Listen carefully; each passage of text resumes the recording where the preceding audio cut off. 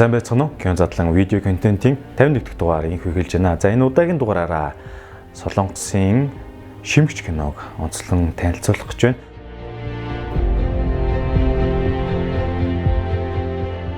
За ер нь сүүлийн 25 жилийн туршид бол одоо Солонгосын кино урлаг бол маш өсрөнгөөр хөгжиж гарч ирсэн.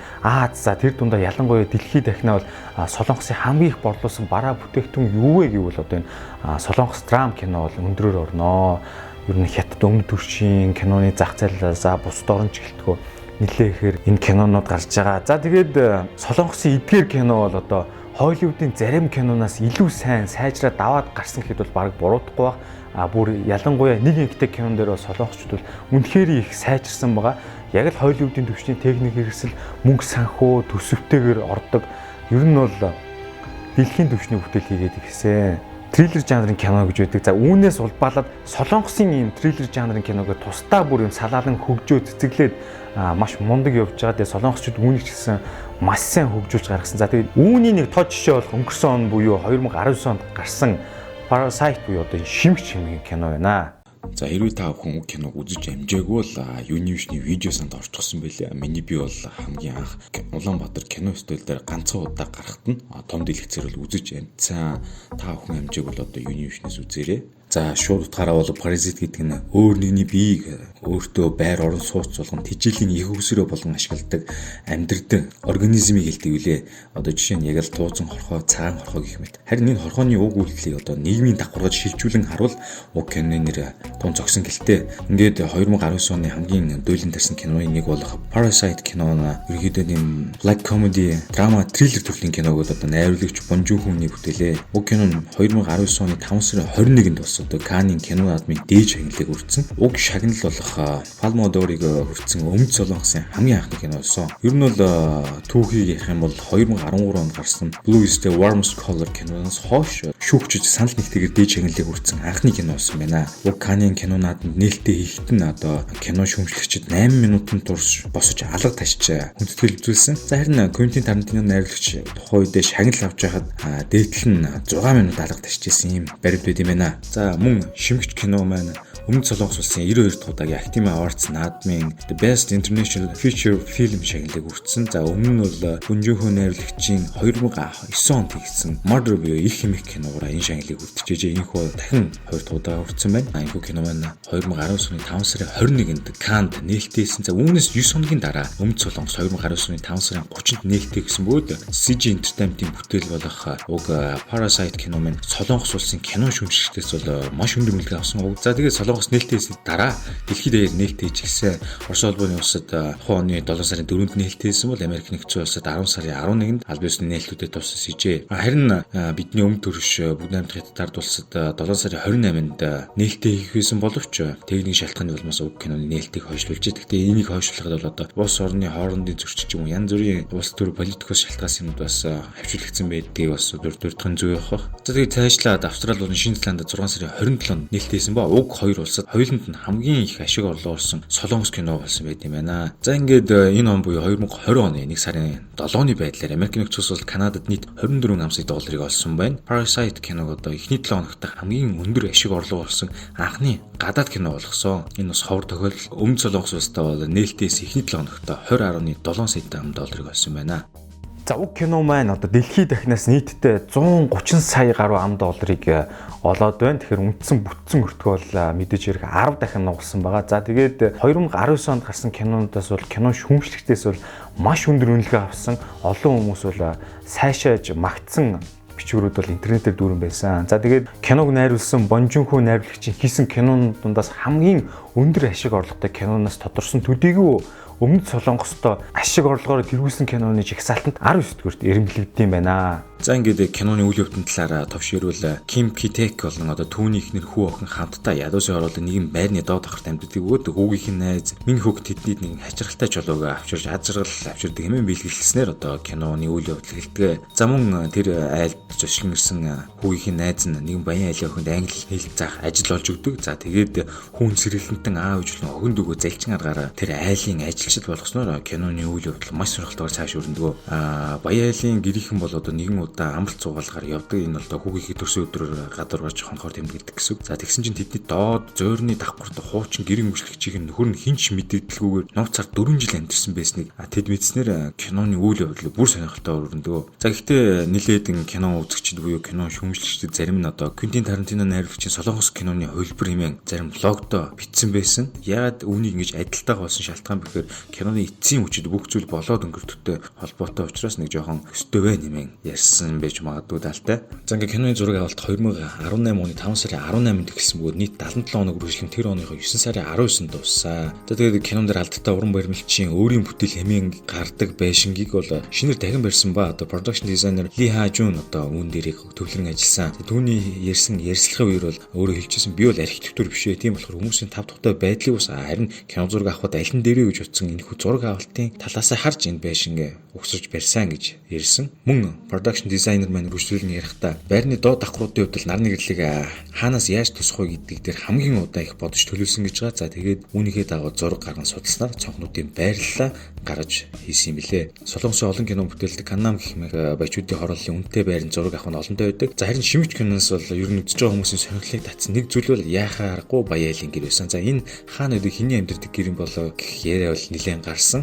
Гэхдээ үүнийг бол зураг авалтандаа зориулсан төр зураг угсарсан барилга юм байна. Тэгэд энэ барилгыг барьж байгуулахад бүхэл бүтэн 2 тэрбум воныг зарцуулсан байна. За энэ бол монголоор 4 тэрбум төгрөг гэсэн үнэнгүй шүү дээ. Зөвхөн кинон зарцуулсан байшин барьсан байх шүү дээ. Байшингийн зургууд болон концепт артуудыг та бүхэнд өрснөөс харж байна. За мөн дээд давхрыг энэ цэхэр фоноор тавьж халахсан хэсгийг та бүхэн анзаарж байх. За энэ бол компьютер график буюу CGI-аар орлуулан хийж дээдлийн давхрыг бий болгосон гэсэн үг юм байна. За мөн өрснөөс та бүхэн баяалын гэр эзэн буюу факт захирал машинд явж байгаа хэсгийг харж байна. За үүнийг бол студ дотор фон тавьж байгаа цоолоод авцсан. За тэгээд цаатлын гудамжны хэсгийг бол компьютер графикаар залгасан. За ингээд олонний дунд нэр хүнтэй олон чиглэл хүртсэн кино учраас солонгос үзэгчдийн дунд ийм зардлаар барьсан байшин болоод аялал жуулчлалын үзүүрийн зориулалтаар ашиглаад хадгалаад хүмүүст үзүүлэх нь хэрэгтэй гэж нэлээд хүмүүс ярилцаж байсан. Одоо жишээ нэг бол подволд амьдарч байгаа тэр эрэгтэй тэрхүү амьдарч байсан нөхрөө нь шатаар хүмүүс явж үзэгч гэх юм уу. Иймэрхүү байдлаар аялал жуулчлалын бүтээгдэхүүн болох сонирхолтой байдлаар ашиглаач гэсэн санаанд бол нэлээд гарч ирсэн. Энэ бол солонгосын өмнө солонгосын сайтууд болон комментуудаар нэлээд илэрж ирсэн юм байна. За тэгээд гадаах гудамж талбайн зураг авалт байшин хоёр бол тусдаа өөр газар баяалын эцлэн газар хашаандаа байгаа тэр хэсэг бол одоо өөр газар аваад гэр дотор авж байгаа хэсэг бас өөр газар авсан гэсэн үг. Тэгэхээр үүнийг бол одоо киноны эвлүүлэг хариуцсан багийнхан маш сайн ажилласан гэсэн үг ээ. Хүн жинхэнэ найруулагч өөрөө тусгаалan баяр хүргэсэн компьютер график буюу CGI-ийн багийнхандаа баярлалаа гэж дахин хэлжсэн. Удаатай байна. За солонгосчууд бол үндэсний урлагаа Аз маягийн сэтгэлгээг шингээд за тэгээд Холливуд маягийн хийцийг оруулаад нэлээд сайн хөгжүүлсэн. За үүгээрч бол бусад Азийн орны кинодоос ялгарч байгаа хятадын кинод бол одоо шиг хят дотор л бужиг гэдэг те тэгсэн Японы кинод бол бас нэг тийм нэг арай өөр өнцгтэй байдаг. Гэхдээ нэг дэлхийд дахинд гарч ирч чаддгүй байдаг. Харин солонгосын кино үйлдвэрлэл бол бүхэлдэн Азтэй тэр чигээр нь бацчихсан. Үүгээрээ дамжуулаад өөрсдийнхөө эдийн засаг болон өөрийнхөө улс орныхоо эдийн засагт маш их хөв нэмрийг оруулж байгаа. Энэ бол кино урлагийг бас төр засаг нь бол өндөр хэмжээнд дэмждэгтэй бас холбоотой. Кино урлагаа экспортлохын зэрэгцээ өнөө цагийн түгэнд бичдэг маш сайн томоохон найруулагч нарыг бол эх орноосоо төрүүлсэн. За үүний нэг бол яалч байхгүй Parasite буюу Шимэгч киног найруулсан Бонжунхүү найруулагч байгаа. За тэгээд бүгдээрээ үргэлжлүүлээд уг найруулагчийнхаа тухай дэлгэрэнгүй мэдээлэлтэй танилцъя.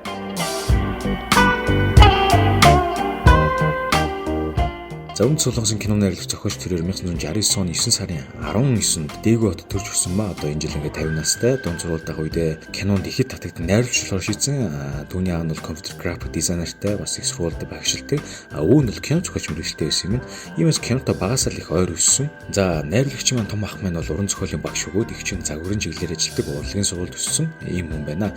Хэдий найруулагч бол хүсэлтээ Янсо их сургуулийн социологч мэргэжилээр төгссөн ба сүүлд 1990 оны ихээр солонгосын кино тийм 2 жилийн хөтөлбөрийг сурч төгсчээ. За тэгээд 1997-1999 онд Motel Cactus, Entombed Submarine зэрэг кинонд зохиолчин үүрэг гүйцэтгсэн. За тэгээд түүний хамгийн анх найруулсан кино бол 2000-д нээлттэй хийсэн Barking Dogs Never Bite гэдэг ийм кино байна. За ингээд үргэлжлүүлэн та бүхэнд Бүнжинхүү найруулагчин хийсэн томоохон бүтээлүүдээс зогсдуур те Memories of the Murder буюу 2003 онд хийгдсэн аллагын дурсамжийнхээ энэхүү кино бол нэлээд алдартай. Хожим нь одоо Бүнжинхүү найруулагчин кино болгонд одоо гол дүрийг бүтээсэн жүжигчин Сун Кано бол одоо гүйцэтгэл сайтай энэ кинонд тоглосон. Тэгээ зураглаачийн гүйцэтгэл болон хот гарч буй жигтэй цуврал аллагыг тойрсон киноны төгшүүр тааварлагчгүй тийм нууцлаг өөр амьсгал гэдэг олон шинжээрээ энэ бол яггүй сайн бүтээл болсон гэж хүмүүс ярьдаг. Солонгосын кино театруудаарч гэсэн уг кино маань нэлээд эрэлттэй ээж ашиг орлого сайн болсон. За тэгээд уг киноны продюсинг хариуцж исэн компаниг санхүүгийн дампуурлаас аварсан гэж яригддаг юм байна. Энэхүү Memories of the Murder гэдэг энэ кино. За энэ киноны түүх нь бол боддоор болсон энэ Солонгост гарсан хэрэг байт юм байна. Үүнийг бол энэ талаар бол Icon цэгийн мэдээний сайт дээр бол хэд удаа гарч ирсэн маш олон жил баригдаагүй цуврал алуучны тухай түүхээр кино болсон гэдэг. За ингээд үргэлжлүүлээд 2006 онд хийгдсэн The Host хэмээх кино бол бас гоё кино болсон. Яаж юм гэхээр хам мөрнөөс аимшигт аратан гарч ирээд нэг гэр бүлийн охиныг одоо улгайлан явдаг баг эдсэн ч гэдэг. Тэгтээ охин амьд байдаг. Иймэрхүү фантази адал явдал төрлийн кино нь бас тэмэргүй сайхан өндөр амжилтыг үзүүлж тухайн онд Солонгос улсад хамгийн өндөр орлогосон кинод орж ирсэн. За тэгээд Бүнжинхүү найруулагч маань тухайд энэ Host кинод бол санхүүгийн хувьд нэлээд дутагдмал байсан. Гэсэдэж киноны мангасыг үнэмшилтэй бүтээгээд тухайн үеийн Солонгосын кино урлагч хийсэн компьютер графикийн мэрэгчлэтнүүд заавал цаашлаад ур чадвар нь арай тийм ер нь бол үнэмшилтэй харагдах тал дээр жоохон дотмог байсан. Тийм учраас бүгшин хийсэн киноны тусгай эффектийг гүйцэтгэсэн Шинэ Зеландын Veta Digital энэ компаниар мангасын энэ одоо компьютер график буюу загварыг хийлгэсэн Кино Задлангийн 3 дахь дугаар буюу Hobbit киногоор л энэ Шинэ Зеландын Veta Digital компани талаар нэлээд бас дэлгэрэнгүй дурддаг. За тэгээд үүн дээр нэмээд The Day After Tomorrow гэмэх кинонд ажилласан Америкийн компьютер графикийн CGI компаниг бас график визуал эффектээр нэмж ажиллуулсан юм байна. За ингэж энэхүү хоёр хүчирхэг компани ажилласнаар одоо энэ 2006 онд гарсан The Host хэмээх кино маань энэхүү аимшигт мангас маань нэлийн үнэмшилтэй бодит байдалтай ойртож очиж гарсан. Тухайд бол маш сонирхолтой байжсэн, би ч гэсэн үзчихсэн. За найруулагчийн дараагийн кино бол The Murder буюу 2009 онд гарсан Ээж хэмээх кино байна. За энэ бол олон ийм үзүүлэлтээр бараг л тийм триллер кино гэж хэлж болдог. За тэгэд найруулагч маань уг киноны зохиолыг бичиж дуусгах хүртэл 5 жилийг зарцуулсан байдаг. Энэ бол бас кино зохиолын хувьд урт хугацаа. Өсвөр насны охиныг одоо жигтэйгээр хороосон алган ирэх гэмтэн болсон оюуны өмсөлтөд хүүгээ эргээс нь мултлах. За тэгээд цаашаа гин бурууг нь нотлохын төлөө цуцшгүй тэмцэх их хүний матшгүй тийм сэтгэлийн тухай гардаг кино гамаа. За тэгээд замун Бүнжинхүү найруулагч төрлөх их орондоо иймэрхүү амжилттай бүтээл төрөхөн зэрэгцээ Холливуудаас ажиллаж 2 ч кино найруулсан. Францын роман тулгуурлан хийсэн Цас ханслагч буюу Snowpiercer хэмээх кино гэдэг. Энэ одоо хүн төрөлхтөнд амьд үлдэхийн тулд галт тэрэгэн дотор хорогдож явдаг. Тэгээд галт тэрэг нь бол дотроо нийгмийн хамгийн ядуу давхраас хамгийн баян давх гэсэн тийм ангилалтай галт тэрэг дотор ингээд бослог болж байгаа ч гэдэг. Ер нь маш их сонирхолтой зөв кино болсон юм бол. За тэгээд энэ Цас ханслагч кино бол 2013 онд бол хийгдсэн.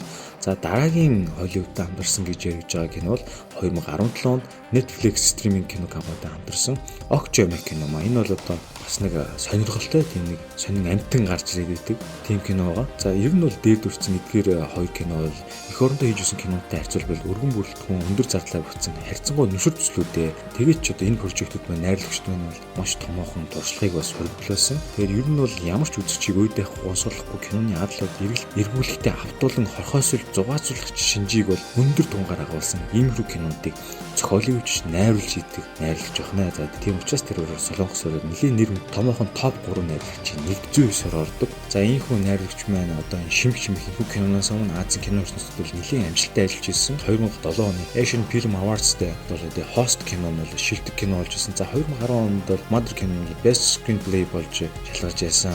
Түүний хамгийн сүүлд найруулан бүтээсэн одоо энэхүү Шимэгч кино бол түүний дахин түүний одоо дэлхийн тавцанд гарч ирэхэд ихийг төлөвлөж болсон. Ер нь бол Канин кино наадам тавигдсан түүний 2 дахь бүтээл юм аа.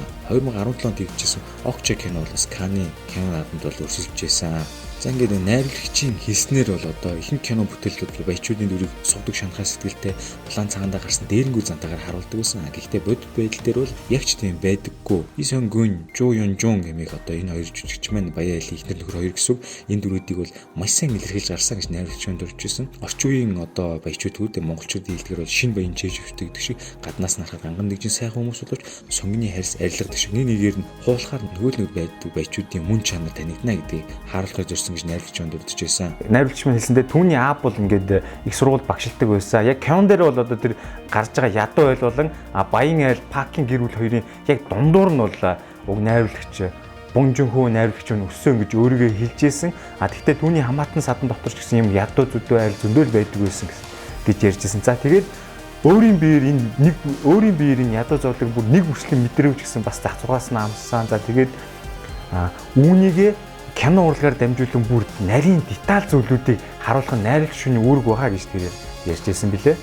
Киноны хэмжүүл гээд буюу ядуу айлын том хүмүүс баян айлд орох яг тэр үеийн мэдрэмжийг бол найруулагч Бунжинхүү маань яг өөрөө мэдэрч байсан гэж хэлж байлаа. За тэгээд бага залуу байхдаа баян айлын хүүхдэд давтлага өгдөг байсан. Хоёр давхар хувийн орон зүйчд үнэхээр баян айл байсан. За тэгээд хоёр давхартаа саунтай өөрт нь шав орж ирсэн айлын нүдэнд өөрт нь гэрээ танилцуулж үзүүлсэн юм байл. Тэгээд тэр үед нь бол 1990 оны ихэнх үе гэхээр одоо юу ч мэдэхгүй тухайд бол Бунжинхүү найруулагчд нь том шоконд орж исэн гэж хэлээ. Тэр үед төрсэн өөрийнхөө тэр мэдрэмжийг яг энэ кинонд гаргасан та бүхэн дүрснээс харж байна. За харин энэ Шимэгч киноныг баян айлыг хэрхэн яаж харуулахыг зорьсон бэ гэхээр уг гэрүүлийн хувьд бол маш их мөнгөтэй тэгээд ухаалаг боловсрсон гэдгийг харуулахыг их хүсэж байсан гэрүүл кино баг бол хит чамин бас хит ганган биш гэдгийг ч мөн илэрхийлэх маягаар харуулсан. Тэгээд алдартай уран барилгачийн барьсан байшин амьдэрдэг төдийгүй урлагийг мэддэг урлагт хайртай гэдгээ бас хариулахыг зорьсон. Киноноос та бүхэн гэрт доторх эдэл хэрэгслээс үнийг мэднэ. За тухайн айл маань бол зүгээр нэг баян айл байхыг хүсдэггүй бүр жинхэнэ хөл баян хүн ямар байх ёстой гэдгийг харуулах маягаар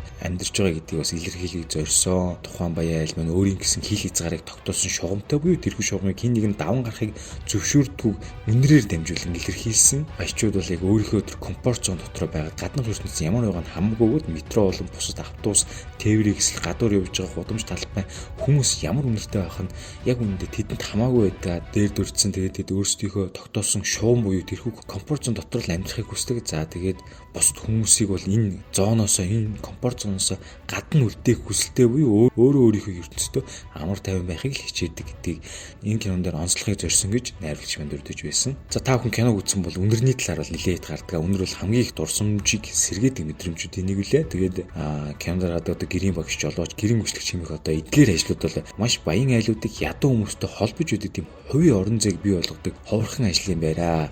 Тэгээд эдгээр ажлыг хийж байгаа хүмүүстэй хамт байснаар тэд бие биенээ үнэрлэн өөр гэдгийг мэдэх боломжийг бий болгодог. Үнрээр дамжуулан харуулсан тэр ялгаа бол дээдүүд давхаргын хооронд нь харьцуулсан тийм төгс хэрэгслээ гэж бодсон учраас кинон дээр илүү төлхөө оруулсан. Тэгэхээр үнрээр дамжуулан нэг нь баян, нэг нь ядуу гэдгийг харуулахыг зорьсон. Үүнийг гаргаж ирсэн юм холбох хэрэгсэл оржээ. За хэрвээ та бүхэн санаж байвал 2006 онд гарсан Бунжинхүү найруулагчийн хост хэмээх кинонд бол үндэсний хэмжээний байд тарваны тамирчны талаар гардаг. Нөгөө нэг мангаст баригддаг охины чинь их чинь бол одоо тамирчин байдаг. За тэгээд харин энэ удаагийн одоо энэ Шимэгч буюу энэ кинон дээр бол тэр айлын ядуу айлын гэргийн ээж нь урд нь буудлагын спортын авраг байсан талаар харагддаг. Энийг бол нэг анзаарахгүй зураг хэлбэрээр хан дээр гараад өнгөрдөг. За тэгээд энэ төрлийн спортыг одоо тамирчны талаар яагаад кинонд оруулсан бэ гэхээр одоо энэ бол найруулагчийн санаа юм байна. 2006 онд гарсан хост киноны хувьд дөрөв тэр харваач эмэгтэй мэн байд харуулнаас хүрэл медаль авснаар гардаг. За харин яг одоо энэ гарч байгаа Шимэгч кинон дээр бол гол дүрийн айлын эзэгтэй эмэгтэй мэн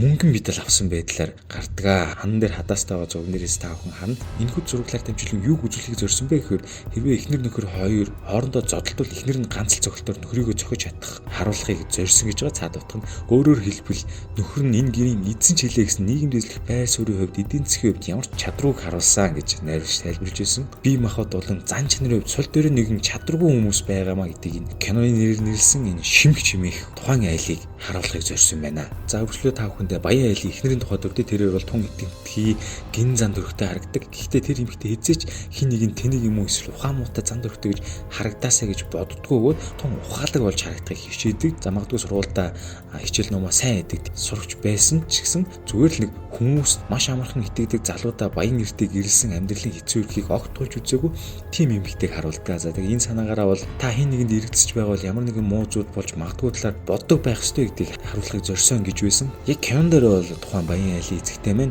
эргэлзэж байсан хэдий ч гэсэн ямар нэг зүйл муугаар эргэх талаар огтхонч бодож үзээгүй гэдгийг бас давхар сануулж байсан. За тэгээд ядуу айлын талын тэрхүү хагас хонгилт байгаа байшинг бол бүгдийн шинээр барьсан, тухайн хороол, гудамж, зам талбай, гарц, хөршүүдийнх нь байшин гэсэн шинээр хийсэн бил. Энд бол баггүй өрөг зарцуулсан. Мөн хажууд нь байрлах маш том усан сан байсан. За үүнийгээ бодолцож тэдгэр байшингуудаа яг байрлуулж барьсан юм билээ. Бас зарим хэсгээр нь синхропон тавиад CGI гудамжийг уртуулган залгасан. Кино продакшн бол байшингаа барьчаад хүмүүсийг авчирж суурьшуулсан. За тэгээ үүн дээрээ нэмж болохоор зүйлсийг нэмж тухайн эд хэрэгслүүдийг бол байж болох хэмжээнд нь хуучруулж баг зэрэг сүт гэсэн гэхэд болно. Ингэжээж кинонд боттой харагдаж байгаа. Зүгээр нэг эд юмсыг өөрч тавьчаагүй бодит төр хүмүүсийг хэсэг амьдруулад амьдарч исэн аж ахуй байдлаар нь хэрэгэлсэн эд зүйлсүүдийг яг тэр чигээр нь үлдээсэн гэсэн үг. Ингэснээр бол одоо энэ ядуу ялыг маш үнэмшилтэй байдлаар харуулсан. За тэгээ киноны үеэр хамгийн хүн хүч судалгаа шаардсан үзэгдэл бол одоо тухайн ядуусын хороол маань үер давтах үеэр нойлын бохроос ориглон гарч байгаа хэсэг гардаг. Үүнийх нь дээр охин суугаа суултаараа хаагаад дээр нь дараад тамхитдж байгаа үзэгдэл гардаг. Тэгээ энэ зүрийг авахын тулд кино багийнхан нэлээд их судалгаа хийсэн. Нойлын суултуураас бохроос ориглон гарахын тулд хэр хэмжээний даралтаа сурж байх, тэгж урсан гарахыг тооцоолгонод маш олон удаа судалгаа хийж дахин тооцоолж зураг авалтыг хийсэн юм байна. За ингээд уг кинон дээр ядуу айлын охины дүрийг бүтээдэг. Энэ жил 28 настай жүжигчин Пак Содом яг энэ дүрийг гаргасан байгаа. За тэрээр ингээ баян айл руу орохын өмнө хаалганых нь үдэнд нэгэн дуу аялдгаа та бүхэн санаж байгаа. За энэ дуу нь ямар учиртай байдуу гэхээр яг үндсэн оригинал дуу нь болохоор Солонгос Япон хоёрын хооронд нэг юм доко гэд маргаантай харал байт юм л да. Японы талаас бол нэг Шимэгч тийм нэртэйсэн баха. Тэгээд солонгосчууд энэ арлаа манайх гэж үзээд өмөрөөд доко арал бол биднийх гэсэн тийм дуу гаргасан байна. Тэгээд энэ дууны аяыг ашиглаад яг киноныхаа үгийг оруулаад энэ жүжигчин Пак Содом маань ингээд аялсан байдгаа. Тэгээд энэ дуу бол ер нь твит дээр маш их алдартай болсон. Хүмүүс хоорондоо аягүй их жиргэж үгийг өөрчилж юм уу YouTube-ийн мем хэлбэрээр гаргаад янз янзын байдлаар ярилцж байсан. За тэгээд жүжигчин маань өөрөө хүртэл энийг ингээд тайлбарсан ч юм уу тийм заах маркаар бас нэг YouTube хуудсан дээр бичлэг энтрээ оруулсан байт юм билээ. Тэгээд энэ бас алдартай болж байгаа дуу юм билээ. Нэг богинохын ирнэ. Гур гар утасны рингтон хүртэл гарцсан байсан. За бүгдээрээ энэ дууг хэрхэн нэг сонсцгоё. Jessica Victor Elino Chicago гошмэний хэмжээний гэргэнээс. За ингээд найрлагч Монжинхүү маань Канин кино наадамд оролцохоор явах үедээ шагнал аавна гэж дотроо бол огтонч төсөөлөөгүй талаар ярьж байсан. Хүлээлт багтайсан гэж байгаа. Энэ бол сайн чанар. Жишээ нь одоо Parasite кино бол үнэхээр лаг зөв кино гэдэг хүн болгон сошиал медиа дээр яриад бичээд байхаар үнэхээр л тасгай кино гэж бодоод хүлээлт өндөртэй үзэх юм бол одоо чинь таны хүлээлтийг гүйцэж чадахгүй ч юм уу тийм сэтгэлээ унах тохиолдлуудыг тийм учраас яг Монжинхүү найрлагч ядлаа шагнал хүртэн гэж төсөөлөөгүй юмтэй тийм хүлээлт багтаа илүү юм төсөөлж хүлээж авал сэтгэлээр унах магадлал багтаа байдаг шүү. Энийг та бүхэн бас анзаарч байгаарай. Найруулагч минь хэлжсэн би бол маш олон жанрын кино те. Киноны жанр бүхэн өөрийн сэтгэл хөдөлгөөх өргөн зүйлтэй байдгаа. Энэ ч гэсэн үзэгч таалагддаг гэж боддог гэж хэлж байсан. Ер нь бол за товчоор хэлбэл энэ киновар одоо та бүхэн те манай гариг дээр байгаа эмгэнэлт байдлыг хамгийн жижигхэн дурангийн тусламжтайгаар хамгийн тод томруулнаар кинонд хэлснээс харж байна гэсэн үг. За кинонд тоглосон жүжигчдийн зарим сэтгэлдлийг бас сэрүүлээ. За тэд бол хэлэхдээ бол ингэж байсан. Найруулагч бол бидний үйл хөдлөл зохион байгуулалтыг нэг дингүү маш сайн төлөвлөсөн байсан. Нэг зүйл орхигдуулаагүй. Маш жижигхэн хачин үнэртэй ядуу байлын жорлонгийн өрөө цонх гээд за тэгээ тэнд байдаг эвгүй сонин үнэр чихтэй мөөгөнцөр хүртэл бүгдийг нь бодит дээр гаргаж өгсөн гэж тэд ярьжсэн. Харин баян айлын гэр бол маш цэмцгэр үнийн сонголт тавилгын хийц материал гээд бүгд тийм алтан шаргал өнгөтэй гялтсан байдлаар оруулсан юм лээ. За киноны зураглаач бол Энэхүү ярьжсэн. Бусд кинотой харьцуулахад бол зураг авалтыг маш ойроос хийсэн. Одоо нэг л мэргэжлийн хэлэн глосс ап гэж хэлдэг те. Жүжигчдийн нүүр царай нүүрний хөрөл кинонд маш чухал үүрэгтэй байсан. Тийм учраас илүү ойроос татж гаргасан гэсэн. Мөн ядуу айлын Дуулын үеийн гаднаас гэрэл тусахтай өгөөд тэр гудамжны гэрлийн өдөг ногоон туяатай хэсэг баян айлын тэр алтан шаргал өнгөөр гялтганж байгаа эд юмс тавилга зэргийг контрастыг ялгаж харуулахын тулд продакшн бол маш хичээж ажилласан билээ. За ингээд та бүхэн зураглаачийн ажлыг дүрсээс харж байна. Энэ дээр баян ядуу гэдгээр нь дүрсүүдийг тийм нэг жижигхэн нүдэн дүүл анзаардаг заагаар ялгаж харуулсан ба кинонд бол бид хүнийг анзаарахгүй шүү дээ. Тэгэхээр энэ зааг нь бол ядуу хүний хэсэг энэ юм аа, баян хүний хэсэг энэ юм аа гэдгийг өөрийн хэлэхгүй тухайн үзэж байгаа сэтгэл төрүүлэхийн тулд иймэрхүү хоёр талтай байдлаар жигнэн харуулж тавьсан плануудыг маш сайн тавьжээ. Та бүхэн дүрснээс харж байна. За тэгээд жүжигчд бас ярьжсэн те. Ер нь бол кино баг бүгэлдээ Монжинхүү найруулагч цохоосон тэрхүү замаар бас маш нарийн дардан явж байсан. Найруулагч уг киногоо бүтээх үедээ зураг авалтын төлөвлөгөөгөө өөрөө бүгдийг нь гараар зурсан байна.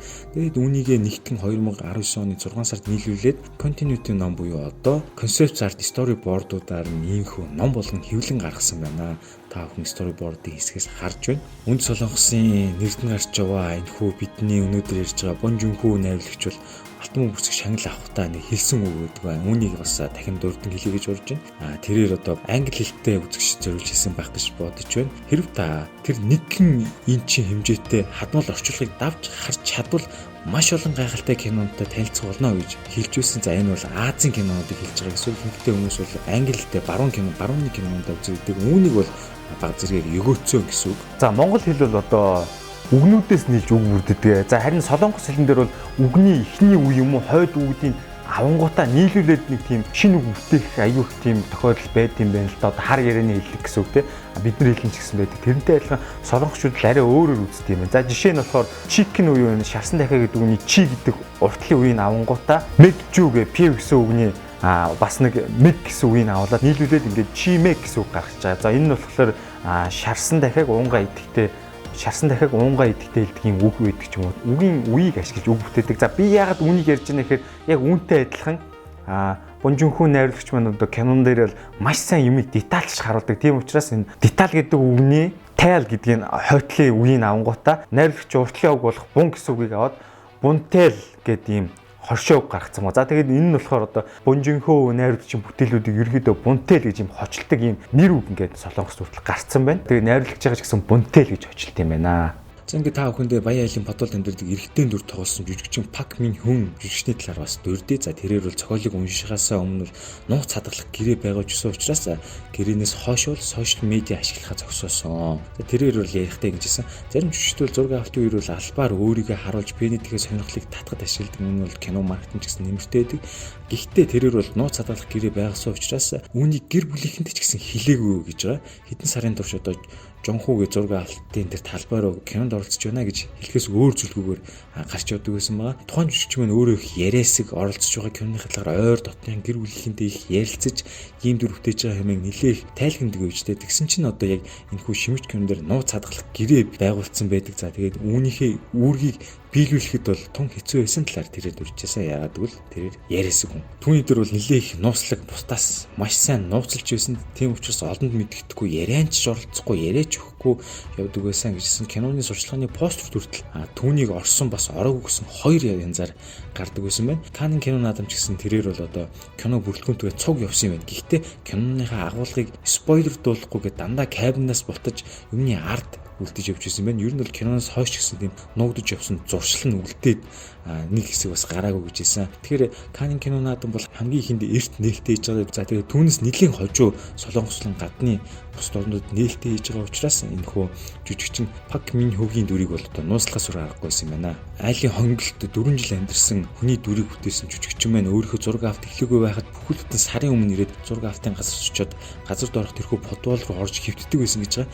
Тийм харанхуй бодолд одоо хүн хоригдвол яах вэ гэх мэт тэр сэтгэл зүг өөрөөдөө суулгаж байсан. За тэгээд жүжигчин маань өөрөө хүсч яг тэнд дүрдээ орж тоглож исэн учраас тийм газар удаан байхаар угаасаа нүдэнд бүрлцээд хэл яриан түг таг гээд удаан болчдөг гэж хэлж байсан. За тэгээд дүрдээ тааруулж жингээ хасч нэлээд турсан. Тэгээд урьдчилж тэгж орчиндөө дассан нь бол тухайн дүрийг гаргахад бол маш их хэрэг болсон талаар дурдж байсан. Подолоос дээш доош гарах хонглооргүй шатаар мөлхөх шахуу алхах зэрэг тэрхүү үйлдэлүүд нь урьдаас төлөвлөсөн юм бишээ. Зүгээр л тэр газарт хэсэг амьдраа даа тэгэхээр үйл хөдлөл цаанаасаа яг тийм болоод гарч ирдэг талаар дурдж байсан. Тэгэхээр хүн гэдэг бол нийгмийн сэтгэлийн амт юм а гэдгийг бол энэхүү жүжигчин маань энэ дүрээрээ бол бидэнд тод ом руу харуулж байна. Энэхүү бодвол төрөгдөг 90 дүр бол нэг зүйлийг бидэнд харуулсан. Энэ бол үс сайхан бол зүс сайхан гэдэг үг бол дахин баталсан гэж жүжигчин маань хэлж байсан. Олон жил харанхуй бодвол амьдсан учраас баг халдсан шахуу хэдхэн ширхэг тийм сүрийсэн үстэй байхаар бол кино зохиол дүрслэгдсэн. За тэгээд түүний царай бол хулган шиг тийм сонин царайтай болсон. Үс шингэлдэг хайчаар үсийг нь хаа намаагүй хайчилж авсан юм байна. Мөн түүний шүтэнд бас илүү соёо залгаж наасан байна. За тэгээд дээр нь тэрээр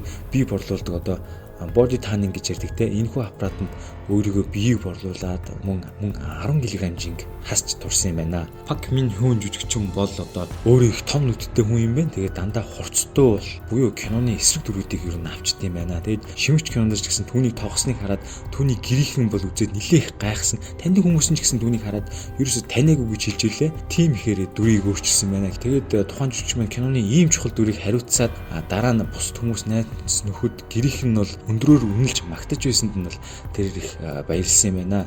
Өөрөөсөө өөр дүрийг гаргана гэдэг бол жүжигчүүний хамгийн том шалгуур байдаг. Киноны зураг авалт дөнгөж дуусаагүй бол тэр эрчимтэйгээр жин нэмээд яг хэвэн жиндээ очичихсан. Яг одоо байгаа жирийн байдлыг нь хараад Шимэгч киноны тэр подголын эрэгтэй дүртэй харьцуулах юм бол бүр яагаад ч таньдгийн аргагүй хоёр дэрс өөр хүн харагддаг. За тэгээд баян айлын баг хүү юу жоохон хүмүүс нэг хачин зураг зураад байдаг талаар ээж нь бол дурддаг.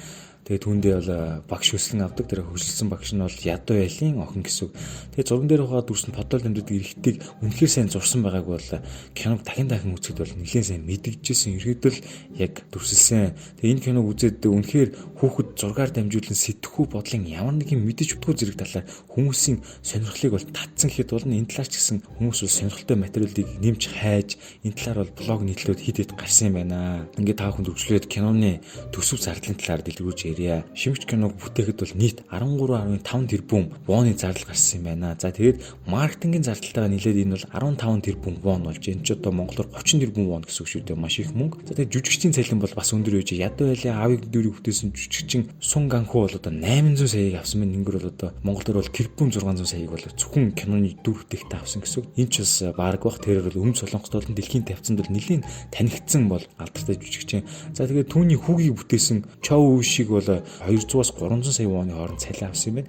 За охин Пак Судамын дүр бол 100 сая вооны цалин авчээ. Баян айлын эрэгтэй дүр тоглосон жүжигчин И Сонгён бол бас 200-аас 300 сая төгрөгийн цалин авсан байна. Харин хэдийн дүр тоглосон Жо Юнжун бол 150-аас 200 сая вооноор тоглосон юм байна. Киноны цалин бол бас өндөрөөр тооцогдож, киноны төгсгөлд явах тэр кредит сцены ард явж байгаа дэвсгэр хөгжмөг бол найруулагч Бонжо Хүмэн бол өөрөө үг аяыг нь зохиолж гол дүр тоглосон Восыг чөөгөөр дуулсан юм байт юм байна. Энэ сонирхолтой баримт. Найруулагч зохиолоо авчиж киног найруулж байгаа. Дээр нь дууныхаа үгийг зохиодог бол бас үнэхээр төрцөн авьяастай нөхрөө гэхээс өөр аргагүй. За тэгээд Parasite киног англи хэл дээр телевизэн цувралбарлах саналуудыг бол Бонжинхүү найруулагчд бол хэд хэдэн газраас тавьж байсан. Netflix, HBO хоорондоо бол эрхийг авахар нэлээх өрсөлдсөн. За тэгээд илүү их үнийн дүнгийн саналаар HBO байсан. The Big Short, Vice зэрэг киноны найруулагч Адам Маккей одоо Бонжинхүүтэй хамтраад энэ олон англи бүтээл нь яг ямар байх, зохиол өрнөл хэсэг нь юу байх, киноны тухай нарийн ширийн зүйлсийг бол ярилцаж байгаа ажээ. Энэ шийдэн бол эцэслэн гараагүй.